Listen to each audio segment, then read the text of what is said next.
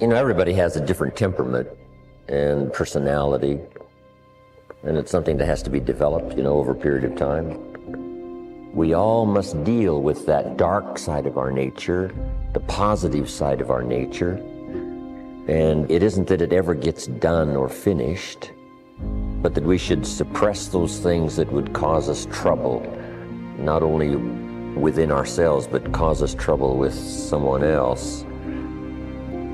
You're not aware of that conflict going on, because conscious attention doesn't need ordinarily to focus upon it. And so you don't get involved, and you're not anxious about what party is winning and what party is losing. They're keeping up a kind of balance. It's a spiritual battle, and it's taken people thousands and thousands of years to figure this out.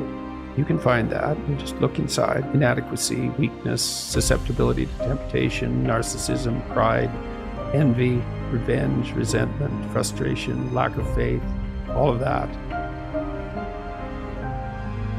So we spend a lot of our energy, a lot of our time, a lot of our work and our thoughts on how much stuff can I get, how much can I accumulate. And the problem that comes up with this is that if you believe that you are what you have, if you really believe that, so we have a, almost like a dilemma. If I am what I have, then when I don't, I'm not. I start to get really terrified. I start to get really scared when I don't have as much stuff as I want to have, or when other people have more stuff. So we spend a lot of our energy comparing ourselves to what other people have. Jump on the positive side of whatever you want and see if you can't help out in this warfare and this push-shove match. That's the key. That's why the old wise man said, we must learn to love and hate. So underline that. We must learn to love and hate. And the illustration he used was, you must learn to love good and hate evil. But the major key to your and my future, the major key to you and mine being able to put our lives together, to get up and move forward, the major key to creating the next greatest version of ourselves and looking out for our families and improving our lives and our community. A major key is you. It's me. It's all of us.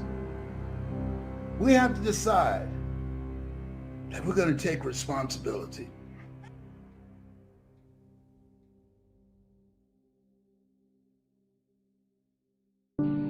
So, what are the opportunities today? Probably one of the best forms of growth that we can work with now is cooperation and service to each other. The individual finds perhaps the greatest basic joy that there is in the human composition when he brings joy or releases joy through other persons. One of the simplest things we can do is to plan a program of helpfulness, a program of not thinking about ourselves, but earning the respect, admiration, confidence, and affection of other people. It is something to look back quietly upon a good deed that has brought security to another. And this type of backward looking is probably the most cheerful as possible. So service to others. If you do not know what to do, help someone in desperate trouble. Forget being deprived of a few hours of television or being requested to turn away from some ordinary leisure that you have planned. But try to see what you can do to help other people. Now, if you have special trained abilities in these matters, there are many opportunities that open themselves to the person who really wants to help. If you have music as a background and have the abilities, find some young people who want music and cannot afford it. And instead of sitting around gossiping or answering phone calls, take these young people and try to educate them or help them in their musical lessons. If you are in business, take young people who need business training. They will not get proper training in school, but they can get it from someone who has been through it and knows what is right and knows what should occur and what should not occur. Everyone can do something, and out of the best they have done themselves, share with another. Then there are things you can do for yourself. If you are not in a position or do not feel equipped to work with other people, then work with yourself.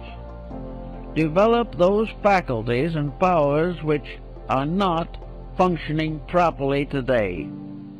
Look over your own life and see what your mind is doing.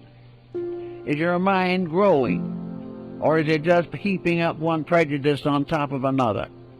Watch your thoughts and see whether or not you're instinctively criticizing things you do not understand, or have developed powerful prejudices which interfere with justice and judgment. Look over your own nature and then go to work on the problem that you find needs attention.